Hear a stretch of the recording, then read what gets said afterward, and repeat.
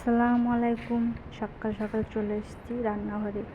রান্না করব ফুলকপি দিয়ে বিরিয়ানি, আর এইদিকে পেঁয়াজ ভেজে নিচ্ছি। ছোলার ডালের গ্রেভি করব, টমেটো পেস্ট করে নিয়েছি। ছোলার ডালের গ্রেভি না, ঘন্ট করব।